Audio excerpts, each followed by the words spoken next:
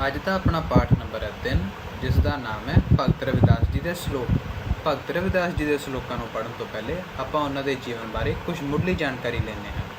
ਭਗਤ ਰਵਿਦਾਸ ਜੀ ਦਾ ਜੀਵਨ ਕਾਲ 15ਵੀਂ ਅਤੇ 16ਵੀਂ ਸਦੀ ਦੇ ਵਿਚਕਾਰਲਾ ਸਮਾਂ ਹੈ। ਵਿਚਕਾਰਲਾ ਮੀਨਸ ਮਿਡਲ। ਭਗਤ ਰਵਿਦਾਸ ਜੀ ਦਾ ਮੱਧਕਾਲੀ ਉੱਤਰੀ ਭਾਰਤ ਦੀ ਸੰਤ ਸੰਪਰਦਾ ਵਿੱਚ ਮਹੱਤਵਪੂਰਨ ਸਥਾਨ ਹੈ। ਹੁਣ ਇੱਥੇ ਦੋ ਸ਼ਬਦ ਆਉਂਦੇ ਹਨ। ਪਹਿਲਾ ਹੈ ਮੱਧਕਾਲੀ, ਜਿਸ ਦਾ ਮਤਲਬ ਹੈ ਮਿਡੀਵਲ ਏਜ, ਔਰ ਦੂਸਰਾ ਹੈ ਉੱਤਰੀ ਭਾਰਤ ਭਾਵ ਨਾਰਦਰਨ ਇੰਡੀਆ। ਤਾਂ ਇਸ ਪੰਕਤੀ ਦਾ ਅਰਥ ਹੈ ਕਿ ਭਗਤ ਰਵਿਦਾਸ ਜੀ ਨਾਰਦਰਨ ਇੰਡੀਆ ਦੀ ਮਿਡੀਵਲ ਹਿਸਟਰੀ ਦੇ ਟਾਈਮ ਲਾਈਨ ਦੇ ਸੰਤ ਸਮਾਜ ਦੇ ਇੱਕ ਬਹੁਤ ਮਹੱਤਵਪੂਰਨ ਅੰਗ ਹਨ। ਇਹ ਉਹੀ ਸਮਾਂ ਸੀ ਜਦੋਂ ਇੱਕ ਪਾਸੇ ਤਾਂ ਵਿਦੇਸ਼ੀ ਸ਼ਾਸਕਾਂ ਦਾ ਜ਼ੁਲਮ ਅਤੇ ਅਤਿਆਚਾਰ ਚੱਲ ਰਿਹਾ ਸੀ ਅਤੇ ਦੂਸਰੇ ਪਾਸੇ ਬ੍ਰਾਹਮਣਵਾਦੀ ਕਰਮਕਾਂਡ ਅਤੇ ਵਰਣ ਵਿਵਸਥਾ ਦਾ ਬੋਲਬਾਲਾ ਸੀ। ਇੱਥੇ ਇੱਕ ਸ਼ਬਦ ਆਉਂਦਾ ਹੈ ਸ਼ਾਸਕ, ਜਿਸ ਦਾ ਅਰਥ ਹੈ ਰੂਲਰ, ਜਾਂ ਜਿਹਨੂੰ ਆਮ ਭਾਸ਼ਾ ਵਿੱਚ ਰਾਜੇ ਬੋਲਿਆ ਜਾਂਦਾ ਹੈ। ਤਾਂ ਇੱਥੇ ਇਹ ਗੱਲ ਕੀਤੀ ਗਈ ਹੈ ਕਿ ਇੱਕ ਪਾਸੇ ਵਿਦੇਸ਼ੀ ਸ਼ਾਸਕ ਭਾਵ ਕਿ ਮੁਗਲ ਜ਼ੁਲਮ ਕਰ ਰਹੇ ਸੀ, ਔਰ ਦੂਸਰੇ ਪਾਸੇ ਸਮਾਜ ਬ੍ਰਾਹਮਣਵਾਦੀ ਕਰਮਕਾਂਡਾਂ ਅਤੇ ਵਰਣ ਵਿਵਸਥਾ ਕਰਕੇ ਗ੍ਰਸਤ ਸੀ। ਹੁਣ ਇੱਥੇ ਦੋ ਸ਼ਬਦ ਆਉਂਦੇ ਹਨ। ਕਰਮਕਾਂਡ ਤੋਂ ਭਾਵ ਹੈ ਉਹ ਪਰੰਪਰਾਵਾਂ ਜੋ ਸਦੀਆਂ ਤੋਂ ਚੱਲਦੀਆਂ ਆ ਰਹੀਆਂ ਹਨ ਬ੍ਰਾਹਮਣ ਸਮਾਜ ਦੇ ਵਿੱਚ। ਔਰ ਅਗਲਾ ਹੈ ਵਰਣ ਵਿਵਸਥਾ। ਇਹ ਬੇਸਿਕਲੀ ਉਹ ਸੋਸਾਇਟਲ ਡਿਵੀਜ਼ਨ ਹੈ ਜੋ ਬ੍ਰਾਹਮਣਵਾਦੀ ਸਮਾਜ ਨੇ ਆਪਣੇ ਹਿਸਾਬ ਨਾਲ ਕੀਤੀ ਹੈ, ਜਿਸ ਦੇ ਹਿਸਾਬ ਨਾਲ ਸਭ ਤੋਂ ਉੱਪਰ ਬ੍ਰਾਹਮਣ, ਉਸ ਦੇ ਬਾਅਦ ਛਤਰੀ, ਉਸ ਦੇ ਬਾਅਦ ਸ਼ੂਦਰ, ਫਿਰ ਵੈਸ਼ ਔਰ ਐਂਡ 'ਤੇ ਅਛੂਤ ਆਉਂਦੇ ਹਨ। ਇਸ ਦੇ ਬਾਅਦ ਲਿਖਿਆ ਹੈ ਮੱਧਕਾਲੀ ਭਗਤ ਕਵੀਆਂ ਨੇ ਜਾਤ ਪਾਤ, ਊਚ ਨੀਚ ਅਤੇ ਕਰਮਕਾਂਡ ਵਿਰੁੱਧ ਆਵਾਜ਼ ਉਠਾਈ ਹੈ। ਭਾਵ ਕਿ ਜੋ ਬ੍ਰਾਹਮਣਵਾਦੀ ਵਰਣ ਵਿਵਸਥਾ ਕਾਰਨ ਜਾਤ ਪਾਤ, ਊਚ ਨੀਚ ਔਰ ਕਰਮਕਾਂਡ ਸਮਾਜ ਵਿੱਚ ਫੈਲੇ ਹੋਏ ਹਨ, ਉਹਨਾਂ ਖਿਲਾਫ ਭਗਤ ਕਵੀਆਂ ਨੇ ਆਵਾਜ਼ ਉਠਾਈ ਸੀ। ਸ਼੍ਰੀ ਗੁਰੂ ਗ੍ਰੰਥ ਸਾਹਿਬ ਜੀ ਵਿੱਚ ਆਪ ਜੀ ਦੇ 40 ਸ਼ਬਦ ਅਤੇ ਇੱਕ ਸਲੋਕ ਦਰਜ ਹੈ। ਭਗਤ ਰਵਿਦਾਸ ਜੀ ਨੇ ਆਪਣੀ ਬਾਣੀ ਰਾਹੀਂ ਫੋਕੇ ਕਰਮਕਾਂਡਾਂ ਅਤੇ ਜਾਤ ਪਾਤ ਦਾ ਖੰਡਨ ਕੀਤਾ ਹੈ। ਹੁਣ ਇੱਥੇ ਇੱਕ ਸ਼ਬਦ ਆਉਂਦਾ ਹੈ ਫੋਕੇ, ਜਿਸ ਦਾ ਮਤਲਬ ਹੈ ਸ਼ੈਲੋ ਜਾਂ ਖੋਖਲੇ, ਔਰ ਅਗਲਾ ਸ਼ਬਦ ਆਉਂਦਾ ਹੈ ਖੰਡਨ ਕਰਨਾ, ਭਾਵ ਕਿ ਕ੍ਰਿਟੀਸਾਈਜ਼ ਕਰਨਾ। ਅਤੇ ਇੱਥੇ ਇਹ ਕਿਹਾ ਗਿਆ ਹੈ ਕਿ ਭਗਤ ਰਵਿਦਾਸ ਜੀ ਨੇ ਆਪਣੀ ਬਾਣੀ ਦੀ ਰਚਨਾ ਰਾਹੀਂ ਖੋਖਲੀਆਂ ਪਰੰਪਰਾਵਾਂ ਦੀ ਨਿੰਦਾ ਕੀਤੀ ਹੈ ਜਾਂ ਉਹਨਾਂ ਨੂੰ ਕ੍ਰਿਟੀਸਾਈਜ਼ ਕੀਤਾ ਹੈ। ਮਨੁੱਖ ਨੂੰ ਵਿਸ਼ੇ ਵਿਕਾਰਾਂ ਤੋਂ ਦੂਰ ਰਹਿ ਕੇ ਪਰਮਾਤਮਾ ਨਾਲ ਜੁੜਨ ਦਾ ਉਪਦੇਸ਼ ਦਿੱਤਾ ਹੈ।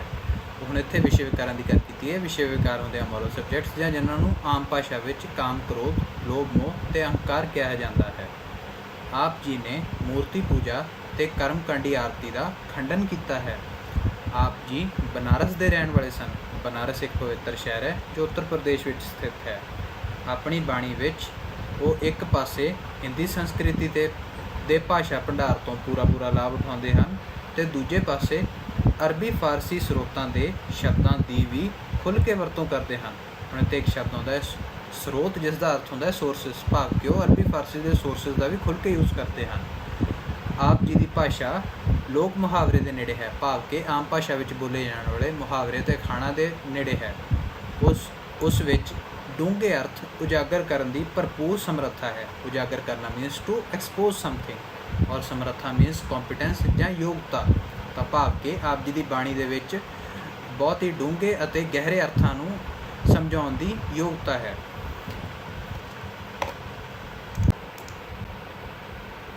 ਹੁਣ ਆਪਾਂ ਪੜ੍ਹਾਂਗੇ ਇਸ ਪਾਠ ਦੇ ਉਦੇਸ਼ ਬਾਰੇ। ਇਹ ਪਾਠ ਪੜ੍ਹ ਕੇ ਅਸੀਂ ਹੇਠ ਲਿਖੀਆਂ ਗੱਲਾਂ ਸਿੱਖ ਸਕਦੇ ਹਾਂ। ਸਭ ਤੋਂ ਪਹਿਲਾਂ ਹੈ ਸਲੋਕ, ਫਿਰ ਹੈ ਉਹਨਾਂ ਦੀ ਪ੍ਰਸੰਗ ਅਤੇ ਵਿਆਖਿਆ, ਪਾਠ ਦੇ ਸਾਰ ਨੂੰ ਜਾਣਨਾ ਅਤੇ ਉਸ ਉੱਤੇ ਟਿੱਪਣੀ ਕਰਨਾ, ਔਰ ਭਗਤ ਰਵਿਦਾਸ ਜੀ ਦੇ ਜੀਵਨ ਅਤੇ ਰਚਨਾ। ਇਸ ਤੋਂ ਬਾਅਦ ਆਉਂਦਾ ਹੈ ਭਗਤ ਰਵਿਦਾਸ ਜੀ ਦੇ ਸਲੋਕ। ਆਪਾਂ ਸਲੋਕਾਂ ਨੂੰ ਸਿੱਧੇ ਪੜ੍ਹਨ ਦੀ ਬਜਾਏ ਇਹਨਾਂ ਦੀ ਵਿਆਖਿਆ ਦੇ ਸਹਿਤ ਪੜ੍ਹਾਂਗੇ। ਤਾਂ ਇਸ ਕਰਕੇ ਆਪਾਂ ਸਿੱਧਾ ਆ ਰਹੇ ਹਾਂ ਪ੍ਰਸੰਗ ਅਤੇ ਵਿਆਖਿਆ 'ਤੇ। ਇਸ ਦੇ ਵਿੱਚ ਹੈ ਕਿ ਸਭ ਤੋਂ ਪਹਿਲਾਂ ਭਗਤ ਰਵਿਦਾਸ ਜੀ ਦੇ ਸਲੋਕ ਹਨ। ਦੂਤ ਤਾਂ ਬਛਰੇ ਥਨੀ ਬਿਟਾਰਿਓ, ਫੁੱਲ ਭਵਰ ਜਲ ਮਨ ਬਿਗਾਰਿਓ, ਮਾਈ ਗੋਬਿੰਦ ਪੂਜਾ ਕਹਾ ਲੈ ਚਰਾਵੋ, ਅਵਰ ਨਾ ਫੂਲ ਅਨੂਪ ਨਾ ਪਾਵੋ ਰਹਾਓ, ਨਲਾਗਰ ਬੇਰੇ ਹੈ ਪੋਏ ਅੰਗਾ, ਬਿਖ ਅੰਮ੍ਰਿਤ ਬਸੈ ਹਿਕ ਸੰਗਾ, ਧੂਪ ਦੀਪ ਨਹੀਂ ਬੇਦੇ ਬਾਸਾ, ਕੈਸੇ ਪੂਜ ਕਰ ਤੇਰੀ ਦਾਸਾ। ਹੁਣ ਇੱਥੇ ਆਪਾਂ ਕੁਝ ਔਖੇ ਸ਼ਬਦਾਂ ਦੇ ਅਰਥ ਲੱਭਾਂਗੇ। ਜਿਵੇਂ ਕਿ ਸਭ ਤੋਂ ਪਹਿਲਾ ਸ਼ਬਦ ਹੁੰਦਾ ਹੈ ਦੁੱਧ, ਜਿਸ ਦਾ ਭਾਵ ਹੈ ਦੁੱਧ। ਫਿਰ ਹੈ ਬਛਰਾ ਮੀਨਸ ਬੱਚਾ ਜਾਂ ਗਾਂ ਦਾ ਬੱਚਾ। ਇਸ ਤੋਂ ਬਾਅਦ ਹੈ ਥਣ, ਭਾਵ ਗਾਂ ਦੇ ਥਣ ਜਿਸ ਤੋਂ ਦੁੱਧ ਚੋਇਆ ਜਾਂਦਾ ਹੈ। ਇਸ ਤੋਂ ਬਾਅਦ ਆਉਂਦਾ ਹੈ ਬਿਟਾਰਿਓ ਦਾ ਅਰਥ ਹੈ ਜਿਵੇਂ ਕਿ ਇੱਥੇ ਲਿਖਿਆ ਹੈ ਜੂਠਾ ਕਰਨਾ। ਇਸ ਤੋਂ ਅਗਲੀ ਪੰਕਤੀ ਦੇ ਵਿੱਚ ਸ਼ਬਦ ਆਉਂਦੇ ਹਨ ਭਵਰਾ ਮੀਨਸ ਉਹ ਕੀੜਾ ਜੋ ਫੁੱਲਾਂ ਦਾ ਰਸ ਚੋਗਦਾ ਹੈ, ਔਰ ਜਲੂ ਦਾ ਭਾਵ ਹੈ ਜਲ। ਔਰ ਇਸ ਦੇ ਬਾਅਦ ਆਉਂਦਾ ਹੈ ਬਿਗਾਰਿਓ ਦਾ ਅਰਥ ਹੈ ਕਿ ਦੂਸ਼ਿਤ ਕਰਨਾ। इस दे बाद अगला शब्द आउंदा है गोबिंद। गोबिंद तो भाव परमात्मा या रब।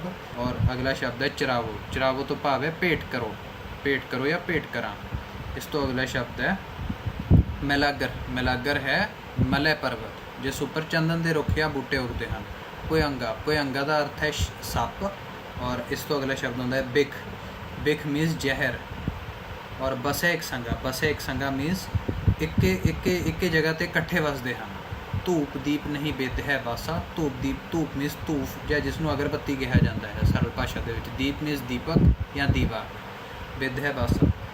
कैसे पूज कर तेरी दासा, भाव के किस तरीके नाल पूजा की जाए। हुण आपां इस पूरे श्लोक की व्याख्या समझांगे। इस विच लिखा है, ये शब्द राही भगत रविदास जी परमात्मा नूं मुखातब होंदे होए कह रहे हैं। मुखातब होंदे हुए मतलब वो परमात्मा नूं एड्रैस कर रहे हैं, जां उन्हां परमात्मा नूं अपना संदेश देने की कोशिश कर रहे हैं कि ऐ प्रभु मैं तेरी पूजा किस तरह करा। वो कहते हैं कि कोई भी संसारिक वस्तु शुद्ध और पवित्र नहीं मिल रही जिसनों वो परमात्मा अगे भेंट कर सकन। रविदास जी कहते हैं कि दुनियावी लोग तो तेरे लिए दुध फुल और सुगंधी वाला चंदन भेंट करके तेरी पूजा करते हैं, पर असलीयत ये है कि संसार की कोई भी वस्तु शुद्ध और पवित्र नहीं है। ਜਿਹੜਾ ਦੁੱਧ ਤੈਨੂੰ ਭੇਟ ਕੀਤਾ ਜਾਂਦਾ ਹੈ ਉਸ ਨੂੰ ਤਾਂ ਬੱਚਾ ਪਹਿਲਾਂ ਹੀ ਝੂਠਾ ਕਰ ਦਿੰਦਾ ਹੈ। ਭਾਵ ਕਿ ਜੋ ਦੁੱਧ ਆਪਾਂ ਪਰਮਾਤਮਾ ਦੇ ਅੱਗੇ ਭੇਟਾ ਕਰਦੇ ਹਾਂ ਜਾਂ ਰੱਬ ਦੇ ਅੱਗੇ ਭੇਟਾ ਕਰਦੇ ਹਾਂ, ਉਹਨੂੰ ਤਾਂ ਬੱਚਾ ਪਹਿਲਾਂ ਹੀ ਚੁੰਗ ਕੇ ਝੂਠਾ ਕਰ ਦਿੰਦਾ ਹੈ। ਇਸੇ ਤਰ੍ਹਾਂ ਫੁੱਲਾਂ ਨੂੰ ਭਵਰੇ ਅਸ਼ੁੱਧ ਕਰ ਦਿੰਦੇ ਹਨ ਅਤੇ ਪਾਣੀ ਨੂੰ ਮੱਛੀ। ਭਾਵ ਕਿ ਜਿਵੇਂ ਆਪਾਂ ਫੁੱਲ ਭੇਟਾ ਕਰਦੇ ਹਾਂ ਤਾਂ ਉਹਨਾਂ ਨੂੰ ਵੀ ਭਵਰੇ ਅਸ਼ੁੱਧ ਕਰ ਦਿੰਦੇ ਹਨ, ਅਤੇ ਅਗਰ ਆਪਾਂ ਪਾਣੀ ਭੇਟਾ ਕਰ ਦਿੰਦੇ ਹਾਂ ਤਾਂ ਉਹਨਾਂ ਨੂੰ ਮੱਛੀ ਅਸ਼ੁੱਧ ਕਰ ਦਿੰਦੀ ਹੈ। ਸੰਸਾਰ ਦੀਆਂ ਸਭ ਵਸਤਾਂ ਅਸ਼ੁੱਧ ਅਤੇ ਅਪਵਿੱਤਰ ਹਨ। ਰਵਿਦਾਸ ਜੀ ਅੱਗੇ ਫਰਮਾਉਂਦੇ ਤੋਂ ਭਾਵ ਹੈ ਆਖਦੇ ਆ ਬੋਲਦੇ ਹਨ ਕਿ ਮਲੇ ਪਰਬਤ ਉੱਤੇ ਜੋ ਚੰਦਨ ਦੇ ਰੁੱਖ ਲੱਗੇ ਹੋਏ ਹਨ ਉਹਨਾਂ ਨੂੰ ਸੱਪ ਲਿਪਟੇ ਰਹਿੰਦੇ ਹਨ। ਭਾਵ ਕਿ ਸੱਪ ਉਹਨਾਂ ਨੂੰ ਕੁੰਡਲੀ ਮਾਰ ਕੇ ਬੈਠੇ ਰਹਿੰਦੇ ਹਨ। ਸੋ ਚੰਦਨ ਨੂੰ ਵੀ ਆਪਾਂ ਚੰਦਨ ਨੂੰ ਤਾਂ ਸੱਪ ਪਹਿਲਾਂ ਹੀ ਝੂਠਾ ਕਰਕੇ ਅਪਵਿੱਤਰ ਸੱਪਾਂ ਨੇ ਪਹਿਲਾਂ ਹੀ ਝੂਠਾ ਕਰਕੇ ਅਪਵਿੱਤਰ ਕਰ ਰੱਖਿਆ ਹੈ। ਭਾਵ ਕਿ ਚੰਦਨ ਵੀ ਅਪਵਿੱਤਰ ਹੋ ਗਿਆ ਹੈ ਕਿਉਂਕਿ ਉਸ ਦੇ ਦੁਆਲੇ ਸੱਪ ਲਿਪਟੇ ਰਹਿੰਦੇ ਹਨ। ਇਸੇ ਤਰ੍ਹਾਂ ਅੰਮ੍ਰਿਤ ਨੂੰ ਵੀ ਪਵਿੱਤਰ ਨਹੀਂ ਮੰਨਿਆ ਜਾ ਸਕਦਾ ਕਿਉਂਕਿ ਅੰਮ੍ਰਿਤ ਦੇ ਨਾਲ ਵਿਸ਼ ਜਾਂ ਜ਼ਹਿਰ ਦਾ ਸੰਗਮ ਹੁੰਦਾ ਹੈ। ਸੰਗਮ ਦਾ ਅਰਥ ਹੁੰਦਾ ਹੈ ਮੇਲ। ਭਾਵ ਕਿ ਵਿਸ਼ ਅਤੇ ਅੰਮ੍ਰਿਤ ਇਕੱਠੇ ਨਿਕਲਦੇ ਹਨ ਤਾਂ ਇਹ ਵੀ ਪਵਿੱਤਰ ਨਹੀਂ ਰਹਿ ਸਕਦੇ। ਮਿਥਿਹਾਸ ਅਨੁਸਾਰ ਜਦੋਂ ਸਮੁੰਦਰ ਮੰਥਨ ਕੀਤਾ ਗਿਆ ਸੀ ਤਾਂ ਉਦੋਂ ਉਸ ਵਿੱਚੋਂ 14 ਰਤਨ ਨਿਕਲੇ ਸਨ ਜਿਨ੍ਹਾਂ ਵਿੱਚੋਂ ਅੰਮ੍ਰਿਤ ਅਤੇ ਵਿਸ਼ ਦਾ ਸੰਗਮ ਮੰਨਿਆ ਜਾਂਦਾ ਹੈ। ਭਾਵ ਕਿ ਉਹ ਇਕੱਠੇ ਨਿਕਲੇ ਸਨ। ਔਰ ਇੱਥੇ ਇੱਕ ਸ਼ਬਦ ਆਉਂਦਾ ਹੈ ਮਿਥਿਹਾਸ, ਜਿਸ ਦਾ ਮਤਲਬ ਹੁੰਦਾ ਹੈ ਮਿਥੋਲੋਜੀ। ਔਰ ਇਸ ਤੋਂ ਅੱਗੇ ਇਸ ਲਈ ਅੰਮ੍ਰਿਤ ਵੀ ਪ੍ਰਭੂ ਪੂਜਾ ਲਈ ਸ਼ੁੱਧ ਅਤੇ ਪਵਿੱਤਰ ਨਹੀਂ ਹੈ। ਇਸ ਤੋਂ ਇਲਾਵਾ ਭਗਤ ਰਵਿਦਾਸ ਜੀ ਕਹਿੰਦੇ ਹਨ ਕਿ ਧੂਪ ਦੀਪ ਵੀ ਪ੍ਰਭੂ ਭਗਤੀ ਦੇ ਯੋਗ ਨਹੀਂ ਹੈ। ਭਾਵ ਕਿ ਅਗਰਬੱਤੀ ਅਤੇ ਦੀਪਕ ਜਾਂ ਦੀਵਾ ਇਹਨਾਂ ਰਾਹੀਂ ਵੀ ਆਪਾਂ ਪਰਮਾਤਮਾ ਦੀ ਭਗਤੀ ਨਹੀਂ ਕਰ ਸਕਦੇ। ਅਰਪਿਤ ਕੀਤੇ ਜਾਣ ਵਾਲੇ ਭੋਜਨ ਜਾਂ ਹੋਰ ਸਮੱਗਰੀ ਦੀ ਸੁਗੰਧ ਤਾਂ ਚੜਾਉਣ ਵਾਲਾ ਪਹਿਲਾਂ ਹੀ ਆਪ ਲੈ ਲੈਂਦਾ ਹੈ। ਭਾਵ ਕਿ ਜੇਕਰ ਆਪਾਂ ਪਰਮਾਤਮਾ ਨੂੰ ਸੁਗੰਧੀ ਵਸਤਾਂ ਚੜਾਉਂਦੇ ਹਾਂ ਤਾਂ ਉਹ ਵੀ ਅਪਵਿੱਤਰ ਹੋ ਜਾਂਦੀਆਂ ਹਨ ਕਿਉਂਕਿ ਉਹਨਾਂ ਸੁਗੰਧੀ ਵਸਤੂਆਂ ਦੀ ਜੋ ਮਹਿਕ ਹੈ ਉਹ ਤਾਂ ਭੇਟਾ ਕਰਨ ਵਾਲਾ ਪਹਿਲਾਂ ਹੀ ਲੈ ਲੈਂਦਾ ਹੈ। ਇਸ ਕਰਕੇ ਉਹ ਵੀ ਅਪਵਿੱਤਰ ਹੋ ਜਾਂਦੇ ਹਨ। ਇਸ ਲਈ ਭਗਤ ਰਵਿਦਾਸ ਜੀ ਦੁਨਿਆਵੀ ਪੂਜਾ ਵਿਧੀਆਂ ਉੱਤੇ ਇੱਕ ਸਵਾਲ ਖੜਾ ਕਰਕੇ ਮਨੁੱਖ ਨੂੰ ਪੁਨਰ ਵਿਚਾਰ ਕਰਨ ਲਈ ਪ੍ਰੇਰਦੇ ਹਨ। ਭਗਤ ਰਵਿਦਾਸ ਜੀ ਦਿਖਾਵਟੀ ਅਤੇ ਪਰੰਪਰਾਗਤ ਪੂਜਾ ਵਿਧੀ ਵਿਧਾਨ ਦਾ ਖੰਡਨ ਕਰਕੇ ਮਨੁੱਖ ਨੂੰ ਨਵੀਂ ਤਰ੍ਹਾਂ ਸੋਚਣ ਅਤੇ ਪੂਜਾ ਕਰਨ ਦਾ ਮਾਰਗ ਦਰਸਾਉਂਦੇ ਹਨ। ਇਸ ਤੋਂ ਬਾਅਦ ਆਪਾਂ ਪੜ੍ਹਾਂਗੇ ਟਿੱਪਣੀ ਵਿੱਚ ਲਿਖਿਆ ਹੈ, ਇਸ ਸ਼ਬਦ ਦੇ ਮਾਧਿਅਮ ਰਾਹੀਂ ਭਗਤ ਰਵਿਦਾਸ ਜੀ ਬੜੇ ਹੀ ਤਰਕਮਈ ਢੰਗ ਨਾਲ, ਤਰਕਮਈ ਦਾ ਮਤਲਬ ਹੁੰਦਾ ਹੈ ਤਰਕਾਂ ਦੇ ਸਹਿਤ ਜਾਂ ਲੌਜੀਕਲ ਸੈਂਸ ਦੇ ਨਾਲ ਵਿਖਾਈ ਗਈ ਕਰਮਕਾਂਡੀ ਪੂਜਾ ਵਿਧੀ ਦਾ ਖੰਡਨ ਕਰਦੇ ਹਨ। ਭਾਵ ਕਿ ਇੱਥੇ ਭਗਤ ਰਵਿਦਾਸ ਜੀ ਲੌਜੀਕਲ ਸੈਂਸ ਨਾਲ ਪੁਰਾਣੇ ਸਮੇਂ ਤੋਂ ਚੱਲਦੀਆਂ ਆ ਰਹੀਆਂ ਵਿਧੀ ਵਿਧਾਨਾਂ ਜਾਂ ਪਰੰਪਰਾਵਾਂ ਦਾ ਖੰਡਨ ਕਰਦੇ ਹਨ। ਭਾਵ ਕਿ ਉਹਨਾਂ ਦੀ ਨਿੰਦਾ ਕਰਦੇ ਹਨ। ਇਸ ਸ਼ਬਦ ਵਿੱਚ ਪਰੰਪਰਾਗਤ ਢੰਗ ਨਾਲ ਚੱਲੀਆਂ ਆ ਰਹੀਆਂ ਪੂਜਾ ਵਿਧੀਆਂ 'ਤੇ ਪ੍ਰਸ਼ਨ ਚਿੰਨ੍ਹ ਲਗਾਇਆ ਗਿਆ ਹੈ। ਸੰਸਾਰਿਕ ਚੀਜ਼ਾਂ ਵਸਤਾਂ ਦੀ ਸ਼ੁੱਧਤਾ ਅਤੇ ਪਵਿੱਤਰਤਾ ਉੱਤੇ ਸਵਾਲ ਉਠਾਉਂਦੇ ਹੋਏ ਭਗਤ ਰਵਿਦਾਸ ਜੀ ਨੇ ਮਨੁੱਖ ਨੂੰ ਭਗਤੀ ਲਈ ਨਵਾਂ ਮਾਰਗ ਤਲਾਸ਼ਣ ਵਾਸਤੇ ਪ੍ਰੇਰਿਆ ਹੈ।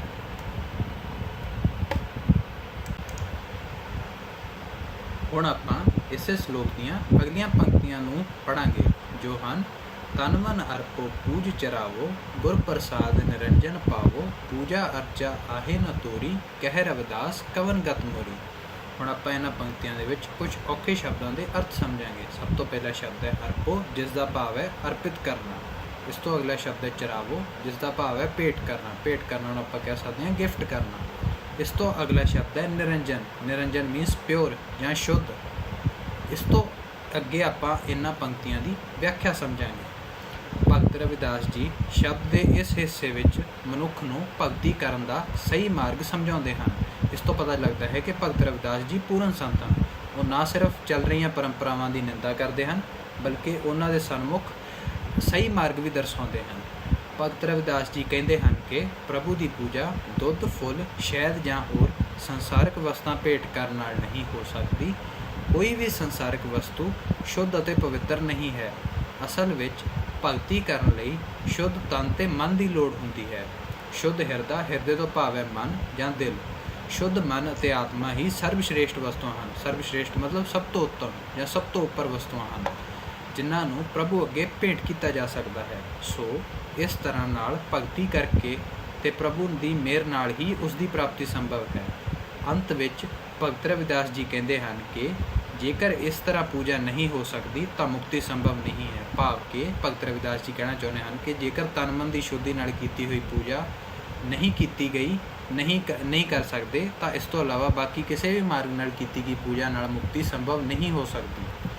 ਭਗਤ ਰਵਿਦਾਸ ਮਨੁੱਖ ਨੂੰ ਦਿਖਾਵਟੀ ਅਤੇ ਕਰਮਕਾਂਡੀ ਪੂਜਾ ਤੋਂ ਵਰਜਦੇ ਹੋਏ ਤੋਂ ਭਾਵ ਰੋਕਦੇ ਹੋਏ ਜਾਂ ਮਨਾ ਕਰਦੇ ਹੋਏ ਹਿਰਦੇ ਅਤੇ ਆਤਮ ਸਮਰਪਣ ਰਾਹੀਂ ਭਗਤੀ ਕਰਨ ਦਾ ਮਾਰਗ ਦਰਸਾਉਂਦੇ ਹਨ। ਦਰਸਾਉਂਦੇ ਮਤਲਬ ਦਿਖਾਉਂਦੇ ਹਨ।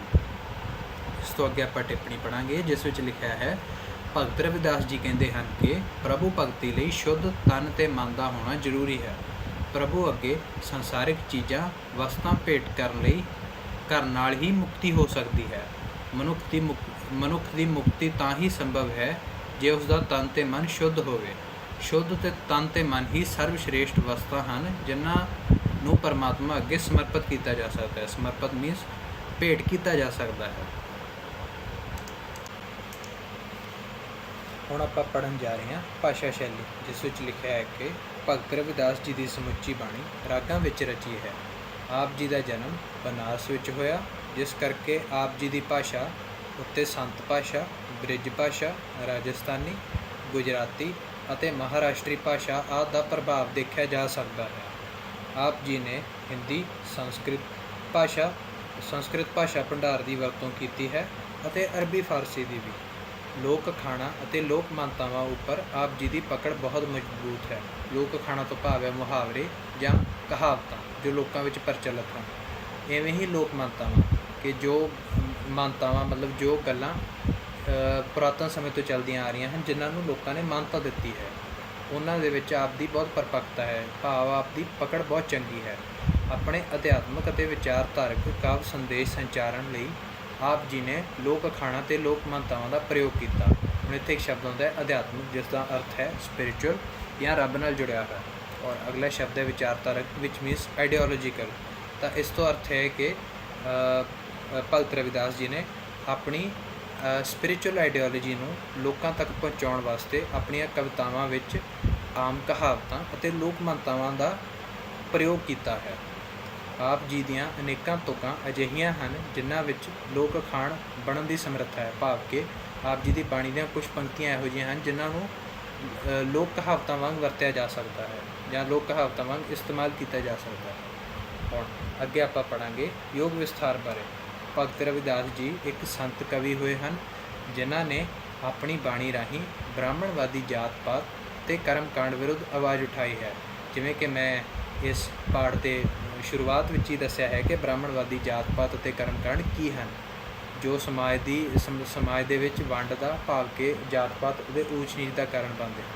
ਸੰਤ ਕਬੀਰ ਜੀ, ਭਗਤ ਨਾਮਦੇਵ ਜੀ ਆਦਿ ਹੋਰ ਅਜਿਹੇ ਸੰਤ ਕਵੀ ਹਨ ਜਿਨ੍ਹਾਂ ਨੇ ਬ੍ਰਾਹਮਣਵਾਦੀ ਕਰਮਕਾਂਡ ਅਤੇ ਵਿਚਾਰਧਾਰਾ ਉੱਤੇ ਪ੍ਰਸ਼ਨ ਖੜੇ ਕੀਤੇ ਹਨ। ਵਿਦਿਆਰਥੀ ਭਗਤ ਰਵਿਦਾਸ ਜੀ ਦੀ ਸਮੁੱਚੀ ਬਾਣੀ ਤੋਂ ਇਲਾਵਾ ਸੰਤ ਕਬੀਰ ਅਤੇ ਨਾਮਦੇਵ ਜੀ ਦੀ ਬਾਣੀ ਦਾ ਅਧਿਐਨ ਕਰਕੇ ਆਪਣੇ ਗਿਆਨ ਨੂੰ ਹੋਰ ਵਿਸ਼ਾਲ ਕਰ ਸਕਦੇ ਹਨ। ਭਾਵ ਕਿ ਉਹ ਭਗਤ ਰਵਿਦਾਸ ਜੀ ਦੇ ਇਲਾਵਾ ਸੰਤ ਕਬੀਰ ਜੀ ਅਤੇ ਨਾਮਦੇਵ ਜੀ ਦੀ ਬਾਣੀ ਦਾ ਅਧਿਐਨ ਭਾਵ ਕਿ ਐਨਾਲਿਸਿਸ ਕਰਕੇ ਆਪਣੇ ਗਿਆਨ ਵਿੱਚ ਵਾਧਾ ਕਰ ਸਕਦੇ ਹਨ। ਭਾਵ ਕਿ ਆਪਣੀ ਨੌਲੇਜ ਵਧਾ ਸਕਦੇ ਹਨ। ਇਸ ਤੋਂ ਅੱਗੇ ਆਪਾਂ ਪੜ੍ਹਾਂਗੇ ਜੀਵਨ ਤੇ ਰਚਨਾ। ਭਗਤ ਰਵਿਦਾਸ ਜੀ ਦੇ ਜਨਮ ਬਾਰੇ ਪ੍ਰਮਾਣਿਕ ਵੇਰਵੇ ਉਪਲਬਧ ਨਹੀਂ ਹਨ। ਹੁਣ ਇੱਥੇ ਇੱਕ ਸ਼ਬਦ ਹੁੰਦਾ ਪ੍ਰਮਾਣਿਕ, ਜਿਸ ਦਾ ਅਰਥ ਹੈ ਐਵੀਡੈਂਸ਼ੀਅਲ। ਅਗਲਾ ਹੈ ਵੇਰਵੇ, ਵਿਚ ਮੀਨਸ ਡਿਟੇਲਸ। ਔਰ ਤੀਸਰਾ ਸ਼ਬਦ ਹੈ ਉਪਲਬਧ, ਜਿਸ ਦਾ ਮਤਲਬ ਹੈ ਅਵੇਲੇਬਿਲਿਟੀ। ਤਾਂ ਇਸ ਪੂਰੀ ਪੰਕਤੀ ਦਾ ਅਰਥ ਇਹ ਬਣਦਾ ਹੈ ਕਿ ਬਾਬਾ ਭਗਤ ਰਵਿਦਾਸ ਜੀ ਦੇ ਜਨਮ ਬਾਰੇ ਕੋਈ ਠੋਸ ਐਵੀਡੈਂਸ਼ੀਅਲ ਡਿਟੇਲਸ ਅਵੇਲੇਬਲ ਨਹੀਂ ਹਨ। ਇਸ ਤੋਂ ਅੱਗੇ ਹੈ ਆਪ ਜੀ ਦਾ ਜਨਮ 15ਵੀਂ ਤੋਂ 17ਵੀਂ ਸਦੀ ਦੇ ਦਰਮਿਆਨ ਬਨਾਰਸ ਵਿੱਚ ਹੋਇਆ। ਵੱਖਰੇ ਵੱਖਰੇ ਥਾਵਾਂ ਅਤੇ ਭਾਸ਼ਾਵਾਂ ਵਿੱਚ ਭਗਤ ਰਵਿਦਾਸ ਜੀ ਦੇ ਵਿਭਿੰਨ ਨਾਂ ਪ੍ਰਚਲਿਤ ਹਨ। ਵਿਭਿੰਨ ਮੀਨਸ ਵੇਰੀਅਸ। ਇਸ ਦਾ ਮਤਲਬ ਇਹ ਹੈ ਕਿ ਅਲੱਗ-ਅਲੱਗ ਭਾਸ਼ਾਵਾਂ ਦੇ ਵਿੱਚ ਭਗਤ ਰਵਿਦਾਸ ਜੀ ਨੂੰ ਅਲੱਗ-ਅਲੱਗ ਨਾਵਾਂ ਨਾਲ ਜਾਣਿਆ ਜਾਂਦਾ ਹੈ, ਜਿਸ ਵਿੱਚ ਰਵਿਦਾਸ ਤੋਂ ਇਲਾਵਾ ਆਪ ਜੀ ਨੂੰ ਰੈਦਾਸ, ਰੂਹਦਾਸ, ਰਾਮਦਾਸ, ਰਾਮਾਦਾਸ, ਰਹਿਦਾਸ ਅਤੇ ਰਾਮਦਾਸ ਆਦਿ ਨਾਵਾਂ ਨਾਲ ਜਾਣਿਆ ਜਾਂਦਾ ਹੈ। ਸ਼੍ਰੀ ਗੁਰੂ ਗ੍ਰੰਥ ਸਾਹਿਬ ਜੀ ਵਿੱਚ ਆਪ ਜੀ ਦੀ ਬਾਣੀ ਰਵਿਦਾਸ ਨਾਂ ਹੇਠ ਦਰਜ ਹੈ। ਸ਼੍ਰੀ ਗੁਰੂ ਗ੍ਰੰਥ ਸਾਹਿਬ ਜੀ ਵਿੱਚ ਆਪ ਜੀ ਦੇ 40 ਸ਼ਬਦ ਅਤੇ 1 ਸ਼ਲੋਕ ਦਰਜ ਹੈ। ਸ਼੍ਰੀ ਗੁਰੂ ਗ੍ਰੰਥ ਸਾਹਿਬ ਜੀ ਤੋਂ ਬਾਹਰਲੀ ਬਾਣੀ ਦੀ ਪ੍ਰਮਾਣਿਕਤਾ ਮੀਨਸ ਐਵੀਡੈਂਸ ਜਾਂ ਐਵੀਡੈਂਸ਼ੀਅਲ ਬਾਰੇ ਵਿਦਵਾਨਾਂ ਦੀਆਂ ਵੱਖ-ਵੱਖ ਰਾਵਾਂ ਪ੍ਰਚਲਿਤ ਹਨ। ਵੱਖ-ਵੱਖ ਰਾਵਾਂ ਤੋਂ ਭਾਵ ਅਲੱਗ-ਅਲੱਗ ਓਪੀਨੀਅਨਸ ਅਵੇਲੇਬਲ ਹਨ। ਮੱਧਕਾਲੀ ਭਗਤੀ ਅੰਦੋਲਨ ਵਿੱਚ ਰਵਿਦਾਸ ਜੀ ਦਾ ਵਿਸ਼ੇਸ਼ ਸਥਾਨ ਹੈ। ਮੱਧਕਾਲੀ ਭਗਤੀ ਅੰਦੋਲਨ ਮੀਨਸ ਦ ਭਗਤੀ ਮੂਵਮੈਂਟ ਆਫ ਮਿਡੀਵਲ ਹਿਸਟਰੀ।